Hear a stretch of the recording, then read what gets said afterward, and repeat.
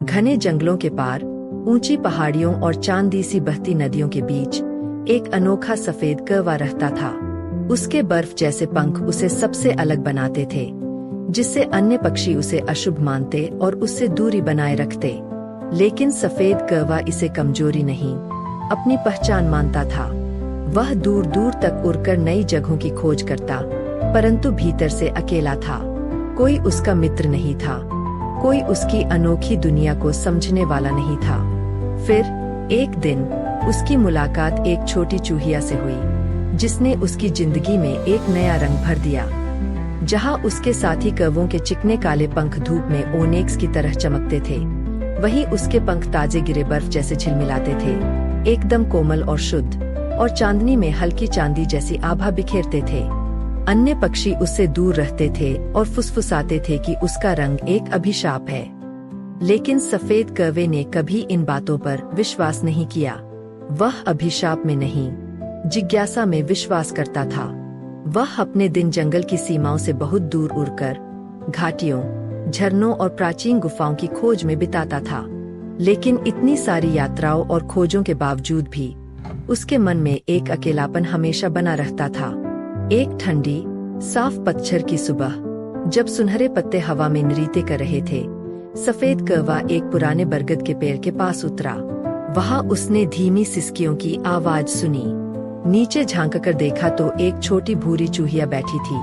उसके पास आधा खाया हुआ अखरोट पड़ा था और उसकी आंखों में गहरी चिंता साफ झलक रही थी। तुम क्यों रो रही हो, छोटी सी? सफेद कौवे ने कोमल स्वर में पूछा। चूहिया ने ऊपर देखा और चमकते सफेद पक्षी को देखकर पहले चौंक गई। ओह, आप अलग है, उसने धीरे से कहा, फिर तुरंत माफी मांग ली। माफ कीजिए, मेरा इरादा अपमान करने का नहीं था, बस मैं अपना रास्ता खो बैठी हूँ।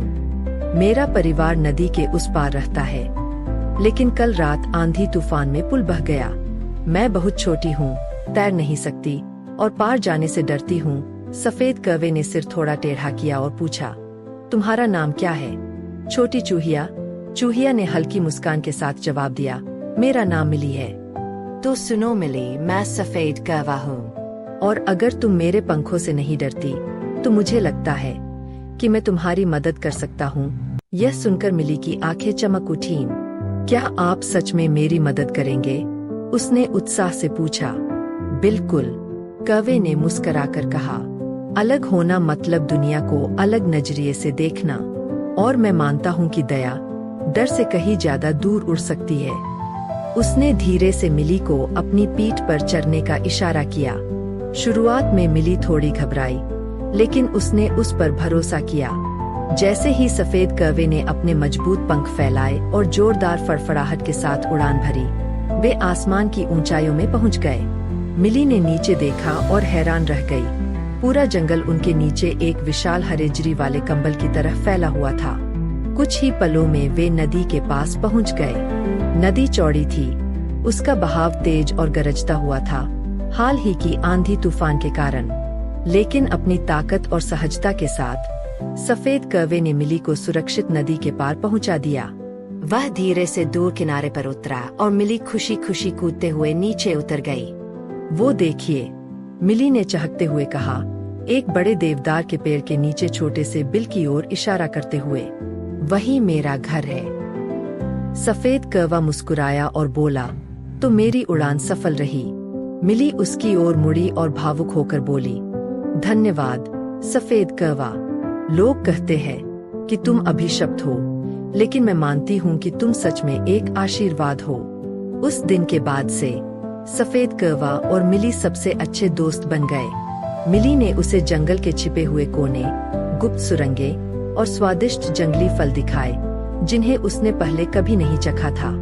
बदले में सफेद कौवे ने उसे आकाश को ऊपर से देखने का एहसास कराया और सिखाया कि पेड़ों की सीमाओं से आगे भी सपने देखे जा सकते हैं। समय के साथ जंगल के जानवरों ने भी सफेद कौवे से डरना छोड़ दिया। अब वे उसकी दया, उसकी बहादुरी और उसके सुंदर, बर्फ जैसे चमकते पंखों की सराहना करने लगे। वह सबसे अलग था और वही उसकी सबसे बड़ी ताकत बन गई।